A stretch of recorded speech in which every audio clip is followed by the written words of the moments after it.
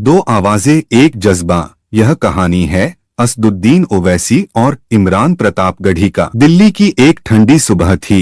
संसद मार्ग पर हल्की धूप उतर रही थी और शहर अपनी रोजमर्रा की भागदौड़ में डूबा हुआ था। उसी सुबह एक खबर धीरे धीरे राजनीतिक गलियारों से निकलकर आम लोगों तक पहुंचने लगी थी कि दो अलग अलग रास्तों से चलने वाले दो अलग अलग मिजाज के नेता असदुद्दीन ओवैसी और इमरान प्रतापगढ़ी किसी साझा मंच पर एक साथ दिखाई देने वाले हैं। यह खबर किसी औपचारिक गठबंधन की नहीं थी, न ही किसी चुनावी समझौते की, बल्कि यह एक ऐसी मुलाकात की कहानी थी जो विचारों, संवेदनाओं और संघर्षों से जुड़ी थी। असदुद्दीन ओवैसी हमेशा से अपनी साफगोई और बेबाकी के लिए जाने जाते थे। उनके शब्दों में तीखापन था, तर्क था और एक ऐसी आग थी जो उन्हें भीड़ से अलग बनाती थी। दूसरी ओर इमरान प्रतापगढ़ी अपनी शायरी के लिए मशहूर थे।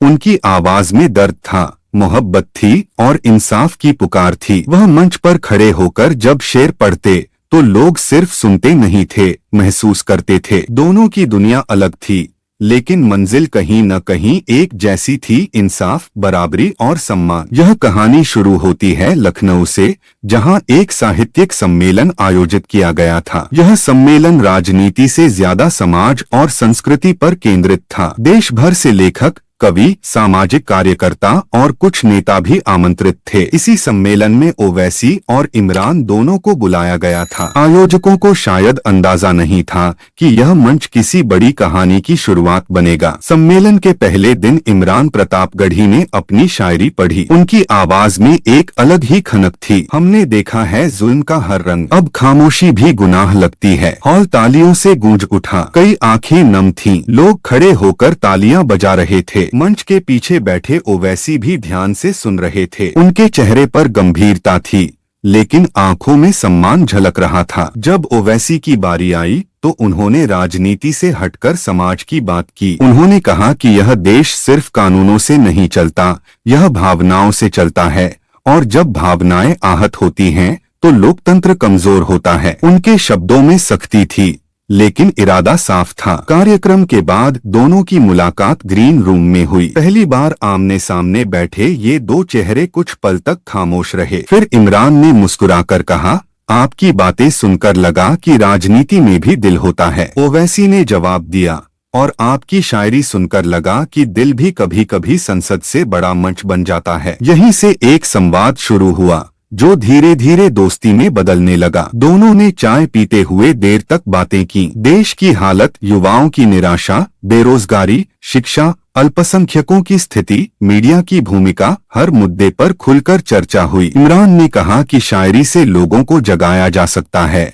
लेकिन बदलाव के लिए जमीन पर काम भी जरूरी है। ओवैसी ने माना कि राजनीति तब तक अधूरी है जब तक वह लोगों के दिल तक न पहुंचे। इस मुलाकात के बाद दोनों संपर्क में रहने लगे। कुछ महीनों बाद एक बड़ा मामला सामने आया। एक छोटे से शहर में सांप्रदायिक तनाव फैल गया था। अफवाहों ने आग लगा दी थी, दुकानें जली थीं, घर टूटे थे और लोगों के दिलों में डर बैठ गया था। मीडिया इसे सनसनी बना रहा था, लेकिन जमीनी सच्चाई कोई नहीं देख रहा था। ओवैसी ने तुरंत वहां जाने का फैसला किया। उन्होंने इमरान को फोन किया और कहा, मैं अकेला जाऊं, इससे बेहतर है हम साथ जाएं। इमरान ने बिना सोचे कहा, मैं तैयार हूं। दोनों जब उस शहर पहुंचे तो माहौल बेहद तनावपूर्ण था। पुलिस तैनात थी, लोग डरे हुए थे और हर तरफ सन्नाटा था। ओवैसी ने प्रशासन से बात की, पीड़ितों से मिले, उनकी समस्याएं सुनी। इमरान ने बच्चों के साथ बैठकर बातें की, महिलाओं की बातें सुनी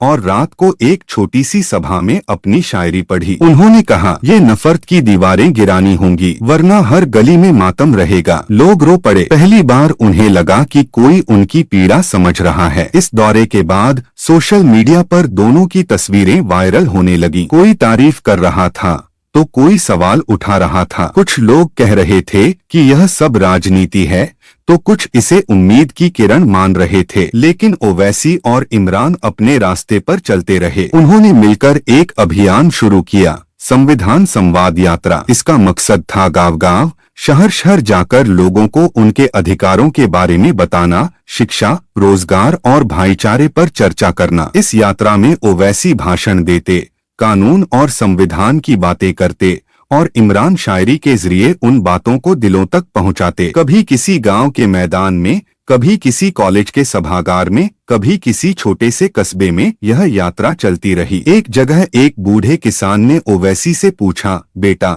हमें क्या मिलेगा इन बातों से? ओवैसी ने जवाब दिया, आपकी आवाज। इमरान ने वही शेर पढ़ा, जो बोल नहीं पाते हम उनकी जुबां बने, जो टूट गए हैं हम उनकी पहचान बने। धीरे धीरे यह यात्रा एक आंदोलन बन गई, लेकिन रास्ता आसान नहीं था। कई जगह विरोध हुआ, कहीं पोस्टर फाड़े गए, कहीं कार्यक्रम रद्द करने की कोशिश हुई। दोनों को धमकियां भी मिली। परिवार वालों को चिंता होने लगी। एक रात होटल के कमरे में बैठे इमरान ने कहा, कभी कभी डर लगता है। ओवैसी ने कहा, डर होना इंसान होने की निशानी है, लेकिन डर के आगे झुक जाना हार है। इमरान चुप हो गए, फिर मुस्कुराए। इस बीच चुनाव नजदीक आ गए, राजनीतिक दबाव बढ़ गया। कई लोगों ने ओवैसी से कहा कि इमरान से दूरी बना लें, क्योंकि वह सिर्फ कवि हैं। वहीं इमरान को भी कहा गया कि राजनीति से दूर रहें, लेकिन दोनों ने किसी की नहीं सुनी। एक बड़े जनसभा में, जहां लाखों लोग थे, दोनों एक साथ मंच पर खड़े थे। ओवैसी ने कहा कि देश को नफरत नहीं, इंसाफ चाहिए। इमरान ने शेर पढ़ा, अगर ये मुल्क बचाना है तूफानों से, तो मोहब्बत को हथियार बनाना होगा। भीड़ ने एक साथ नारा लगाया। उस दिन दोनों को एहसास हुआ कि उनकी दोस्ती सिर्फ निजी नहीं रही,